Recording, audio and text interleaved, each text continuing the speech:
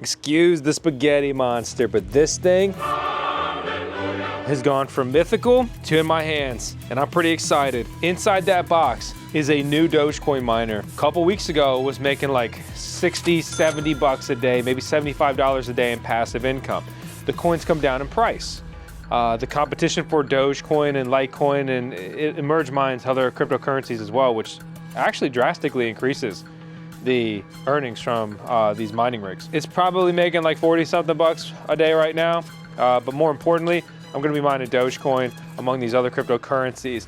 And I personally think in this crypto bull run that Doge is going to hit $1 and actually go beyond that. So looking at the amount of Doge and mines per day, we'll look at that later. And then looking at the current daily mining profitability, it's still really interesting, it's still really profitable. But mining and holding, which is proven with patience and strategy to be the most lucrative crypto mining technique ever. I'm excited. This is a sweet addition, if it's as good as it's supposed to be, to the mining farm. Hey, I'm Drew Vosk. What's up? You're on the VoskCoin YouTube channel. You're out here on the VoskCoin mining farm.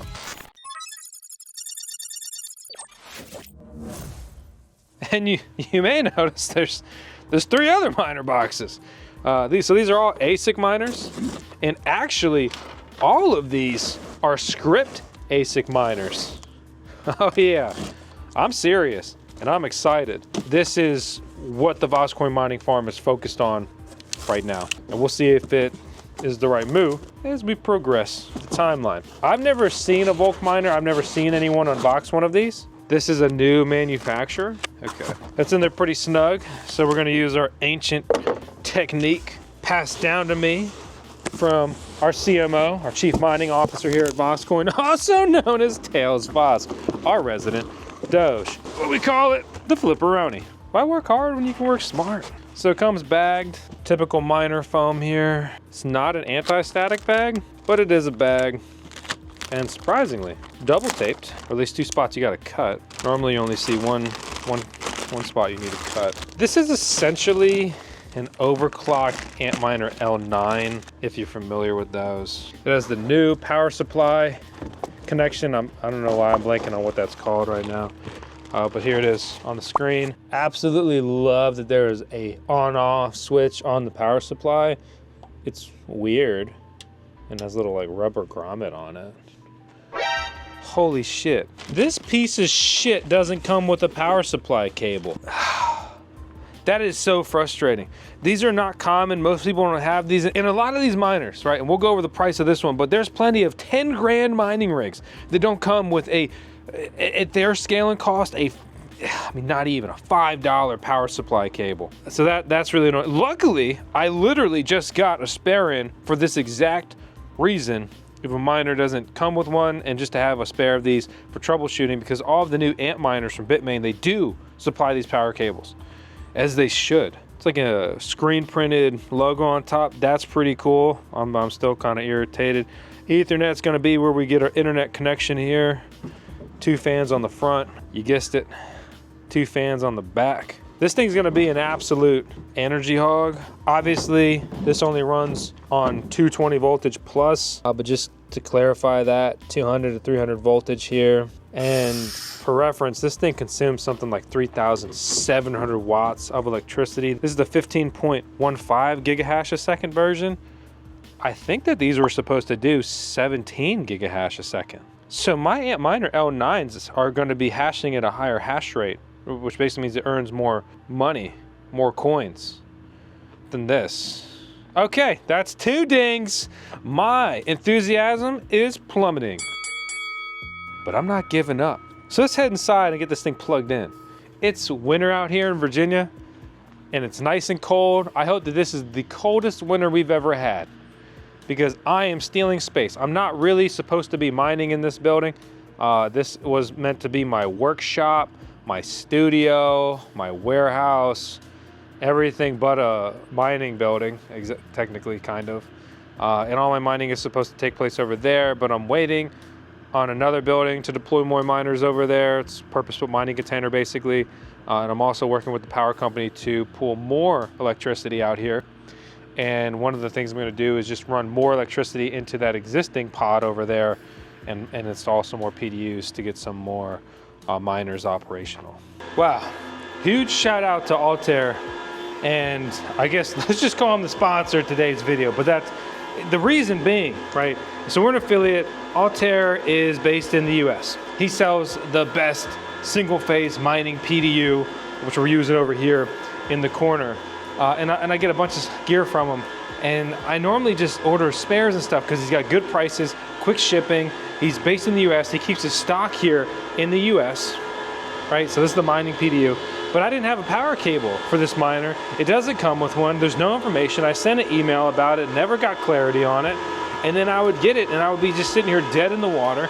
And if I go and order this from like China or something, I could be out another 2 weeks of mining profitability, potentially losing right a couple $1,000s if this coin goes crazy, if not in the short term, a couple $100 to several $100s, and massively hurting my return on investment.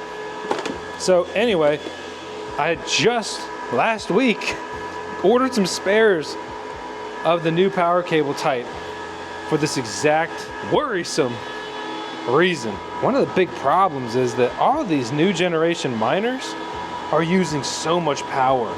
We're gonna have to go to 40, 50 amp circuits moving forward because 2 miners, current generation, depending on what miner model, use more than what you can safely do on 30 amps, which is the 80% rule, basically 24 amps. So I plug the power cable in, double check it's nice and secure. Ethernet cable is in the machine as well. I click the power button, spins up. So we want to see. Normally miners are really loud when you turn them on. This one isn't particularly super loud.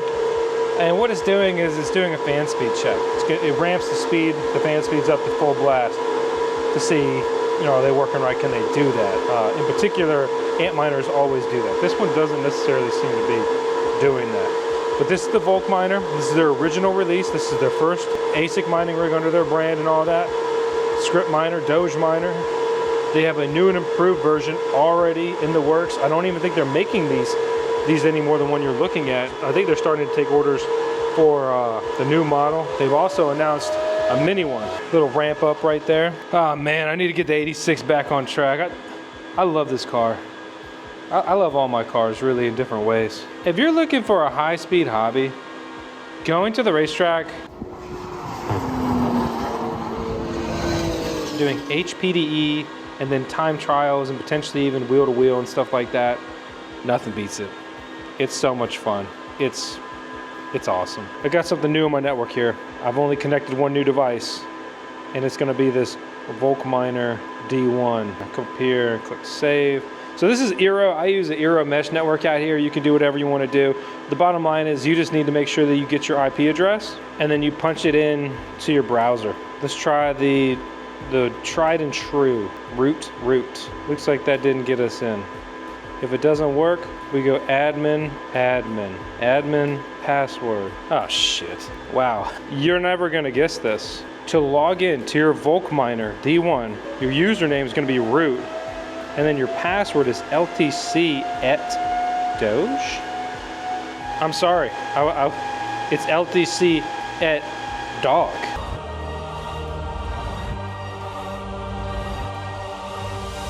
Yeah, good luck guessing that. We didn't need to change up on that. So switch it over to English, top right, and then we'll go over to the configuration. We can see pool 1 here. Pool 2, pool 3, we've got normal mode, over frequency, which should be overclocking, customize the fan speed, you can customize the memory parameters. I just logged into one of my L9s, I copied that, and then I flipped back over here to the Volcminer, and I just know these really easily offhand, because this is just gonna be my username, .worker name, and I'm just gonna put the full model there. And then for now, I'm just gonna leave one pool. I'm gonna click save. And I don't know if you could hear that, but I instantly heard the machine ramp down, which means that we probably clicked the right button. I don't see another save below the mining pool information exactly. Now it says setting up, and I don't know if you can hear it again. Fan speeds are ramping up over there. And a couple notes, right? So obviously this is easier to do on a computer. but my laptop is in a different location out here on the farm, so I normally just do it on my phone. It's not exactly enjoyable, but it's easy enough, and by the time I would go over to my laptop, I can just get it done on my phone. It also gives me an opportunity to test a mobile interface of these different mining rigs. You can do almost everything on your phone. If you want to update firmware and stuff like that, that's going to be a bit more tricky. It is possible, but not necessarily like the easiest thing or intuitive to some people. Now I click over to miner status, right? Top left navigation bar here. It's elapsed time 12 seconds. We see my correct mining pool information down here. The hash rate starting to ramp up, accepted shares. If you can't see something, it's like dotted out. Sometimes if you go horizontal, you'll get that information. Didn't really get it here. The bottom line is we see it ramping up. It's detecting all 3 hash boards. And now this miner is gonna be operational. The number one thing in the world when it comes to mining is gonna be, like when you're doing this, you gotta check your mining pool. Make sure this makes it to your mining pool. It can seem like everything's going great, it's working, but make sure you're triple check your information, right? That everything's good to go by simply logging into your mining pool and going to your workers and finding this miner. Because when you mine on a mining pool, right, you're mining this collective share, and if you're not being rewarded on the mining pool, you will not get paid. And you may very well be burning electricity, so you are accruing this bill for running this little custom computer, this little passive income machine, your robotic employee, but he's being a bad boy. He's not working for you, he's working for somebody else, burning up your electric. That's the worst thing that could happen. You get the bill, man, but you don't get the profits. What are you doing? And speaking of, check this out. Show you some of my workers here, and I scroll down and we see right down there at the bottom Volcminer D1. That is what we just set up. It's hitting the pool. That means from a setup point of view, right, we're good to go. If you're hungry, it's lunchtime, baby. So let me just round up my initial thoughts here, and then I'm gonna log back in a couple of days and give you some longer term performance. You know, has it been doing what it's supposed to do the last few days? How has it impacted mining profitability and so forth? So I've been running the Volcminer D1 for about 2 weeks now, and it's been great. Earning over $40 a day. This thing cost me like $6 a day to run, and that's only when calculating the Litecoins and Dogecoins that this script miner mines. It's been a good experience. That's over $1,000 a month in passive income just with this one machine after I account for the electricity bill. I wish I had the 17 gigahash a second version, but I don't. I have the 15.15 version, and the 24-hour hash rate is coming in at 15.30 gigahash a second. And that's good, that's fine. That's above the expected hash rate for the design of this machine. If we hit our 24-hour pool hash rate at the same number we are advertised or above, we are winning. So this is good. It's not misrepresented. It's pretty quiet if it's kept in cool enough temperatures as far as a machine of this size. And most big ASIC miners are. There's nothing, you know, outstanding, right, about this miner or the fans or the design. But the bottom line is this is a Doge miner in a Doge bull run. And that makes this very exciting. That makes this very lucrative.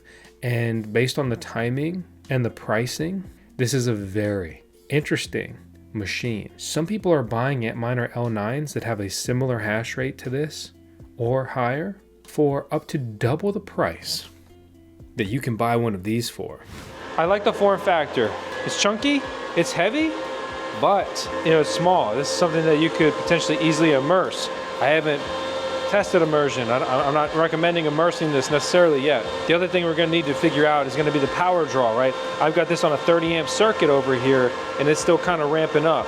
This S21 is underclocked because it's a piece of crap that doesn't work properly. We can see that this miner, and it's pretty cool in here, the fans could be spinning much faster and drawing more power.